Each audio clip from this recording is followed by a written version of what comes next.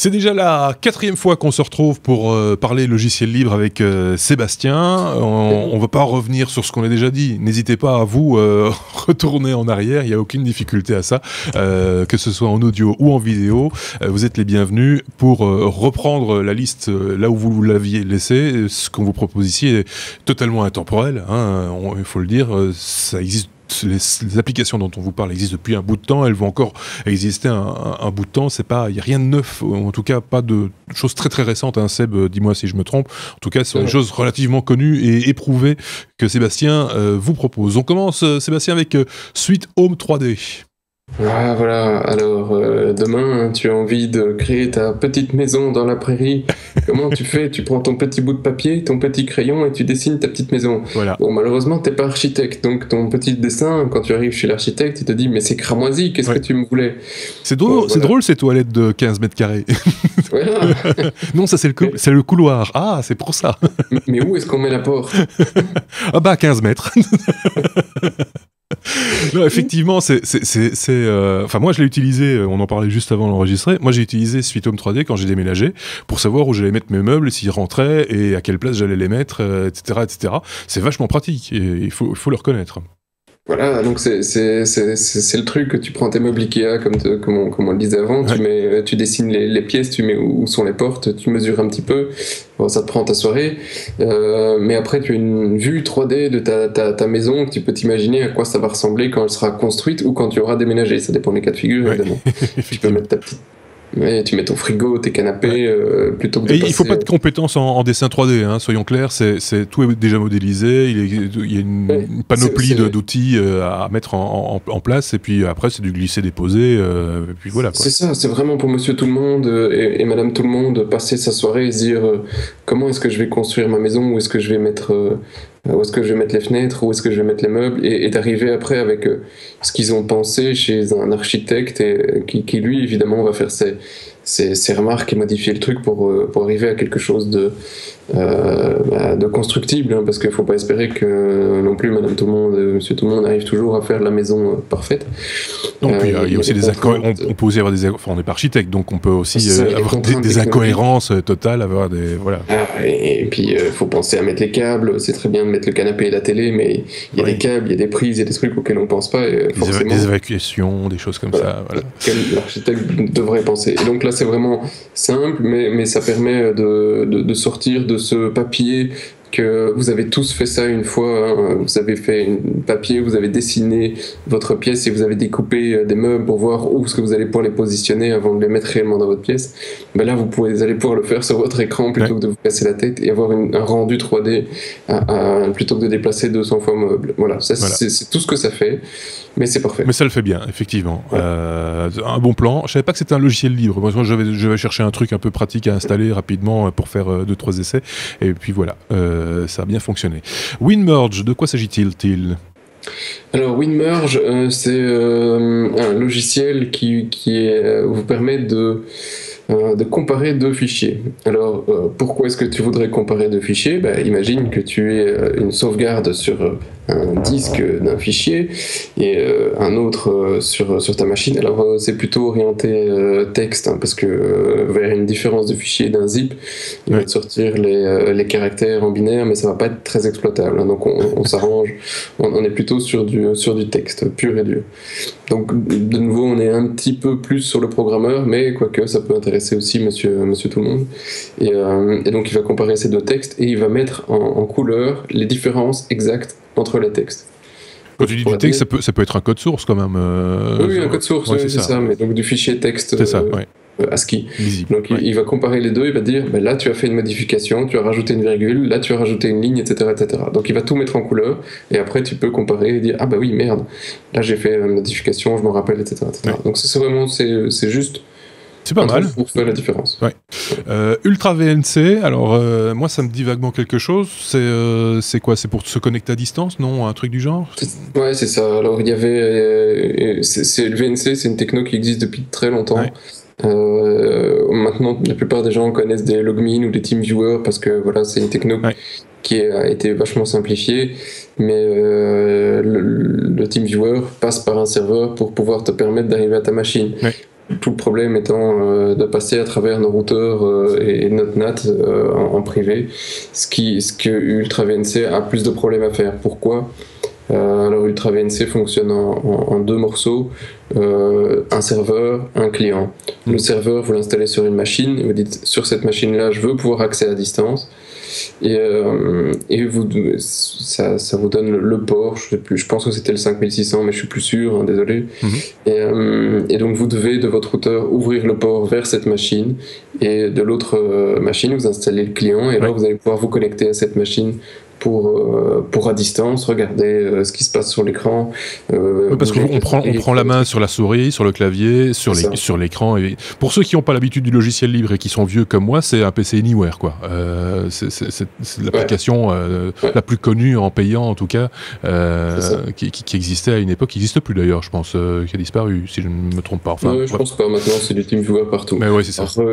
L'avantage, évidemment, c'est que ce logiciel-ci est libre, TATAM, mais qu'en plus, suivant avec certains plugins, vous pouvez ajouter de l'encryptage, vous pouvez... il y a beaucoup plus de possibilités via des plugins que ce que tu ne pourrais faire, évidemment, sur un TeamViewer. Le TeamViewer, la compression, l'image ne te plaît pas, t'as pas le choix, c'est comme ça. C'est ça, ouais. Ici, tu vas pouvoir aller bidouiller un petit peu et d'aller un petit peu plus loin que ce qu'il pourrait faire, avec la difficulté supplémentaire que ça passe pas aussi bien, aussi facilement à travers les NAT que ça ne le passait avec aujourd'hui avec un TeamViewer. On sert aussi de VNC, d'Ultra VNC, quand on a une machine très spécifique avec des applications très particulières ou très coûteuses par exemple, mais qu'on doit partager entre différentes personnes qui sont à des endroits différents dans une entreprise ou qui sont à distance, etc., de pouvoir ainsi partager les ressources, l'utilisation d'une machine de cette manière-là, puisqu'on a tout sous les yeux. C'est comme si on était devant l'objet, donc ça pose aucun problème. L'avantage en entreprise, évidemment, je pense, là où tu fais mention qu'il est utilisé, c'est qu'en entreprise, tu as accès avec des IP locales, donc tu n'as pas te casser la tête avec et de la bande passante garantie, etc. Donc voilà. Ça aide, évidemment. Sumatra, de quoi s'agit-il ? Alors, Sumatra, comment dire, c'est si vous pensez que, et alors c'est pas le seul logiciel, mais en libre, je suis pas sûr qu'il y en ait beaucoup d'autres, si vous pensez donc que votre Adobe Acrobat est un petit peu trop lourd sur votre machine, il y a une solution, il y a d'autres logiciels qui vous permettent d'afficher du PDF, dont Sumatra, comme son nom ne l'indique pas, et Sumatra PDF vous permettent d'afficher PDF, mais aussi des ePub, des Mobi, des XPS, des déjà vus, etc. Donc une série y compris les comic books, les CBZ, donc c'est un format assez répandu sur la toile qui est la toile underground, hein, parce qu'on ne peut pas dire que les CBZ ça s'achète facilement sur Amazon. Mais donc voilà, ça vous permet d'afficher tout ce type de fichiers sans passer par des Adobe Acrobat. Bon voilà, après ça a ses limitations, hein, faut pas espérer pouvoir utiliser des formulaires en PDF là-dessus, et quoique encore, je digresse peut-être. Pour consulter vite fait un PDF sans avoir Acrobat Reader, voilà, quoique maintenant on quasiment installé d'office Acrobat Reader, non je dis une bêtise ou... Ça dépend des constructeurs. Ouais, c'est ça, quoi. Enfin, ceci dit, de nouveau, on parle ici de logiciels qui font un peu partie du couteau suisse. Hein. C'est pour dépanner au cas où. C'est pas nécessaire de l'installer tout de suite. Je veux dire, c'est ça, quoi. Non. Et puis l'avantage, c'est que ce genre de truc ici va fonctionner sur des machines qui n'ont pas les mêmes ressources que ce que tu as aujourd'hui. Donc, si tu as un vieux Pentium dans un coin, essayer d'installer la dernière version d'Acrobat, t'as peu de chance, quoi. Ici tu as une chance que tu puisses encore l'utiliser, quoi. Et on va terminer cette série dans ce hors-série. On va terminer notre liste avec sans doute le plus connu, j'ai envie de dire, c'est LibreOffice, qui est c'est la suite logicielle en gros de tout ce qu'on a besoin au bureau pour travailler, comme on le ferait par exemple avec Office. Mais l'autre Office, celui qu'on paye cher. Voilà, c'est plus ou moins tout, hein. T'as tout dit. Oui. LibreOffice c'était OpenOffice à l'époque, et puis ça s'est un petit peu bastonné, comme ça se fait de temps en temps dans les logiciels libres, et quand on n'est pas content, on crée un fork et on se dit tiens, je me casse, t'as qu'à te démerder avec ton projet. c'est ce qui s'était passé à l'époque avec OpenOffice.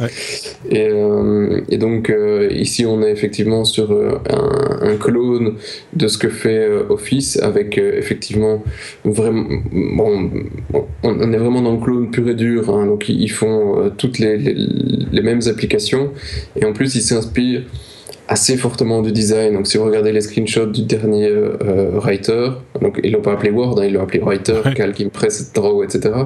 Draw pour PowerPoint, etc. Writer pour Word. Et si tu regardes la création d'un fichier, tu vois que tu as la même disposition un petit peu que ce que tu retrouves sur Word maintenant avec quelques gros screenshots, etc. Voilà, question ergonomie, il n'y a pas à dire. Office, c'est quand même un cran 2 ou 3, 4 crans au-dessus de ce que fait LibreOffice. Mais LibreOffice est accessible pour pas un copec. Hein, ici, donc je vais dire que l'avantage de son prix. Et les gars font quand même du bon boulot. Hein, donc c'est pas. Il y a compatibilité entre les fichiers, les points doc, etc. Il y a moyen de communiquer quand même, parce que on peut pas dire qu'on a un truc qui fonctionne à 100%, et il y a quand même toujours quelques petits glitches par-ci par-là. Ça s'améliore à chaque fois, hein. Je me rappelle des premières versions de LibreOffice où quand tu faisais un import, t'avais juste un truc qui était dégueulasse. Il n'y avait rien de lisible. Rien de lisible, le texte était là mais c'était illisible. Maintenant t'as quelque chose qui commence à être un petit peu plus correct, mais on n'est pas toujours dans le 100% parfait.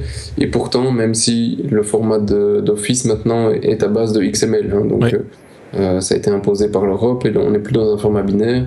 Si vous prenez un fichier docx ou un XLSX ou que sais-je, donc un fichier Word, un docx, vous le renommez en .zip, vous pouvez aller vous promener dedans, c'est des fichiers qui sont lisibles, il y a du texte, il y a du XML, il y a tout. Donc voilà, on n'est plus dans quelque chose de cryptique, mais voilà, il faut encore réussir après à l'afficher correctement, et ça c'est pas toujours si évident. Donc un outil qui, peut-être pas au niveau professionnel, quoique, pourquoi pas, mais chez soi à la maison pour écrire des lettres, du courrier, des machins, ou faire, voilà, c'est des outils totalement fonctionnels. Hein, c'est imposé au niveau professionnel dans certaines administrations. Qui rentrent dans le logiciel libre de plus en plus. Effectivement. Donc LibreOffice, c'est l'un des...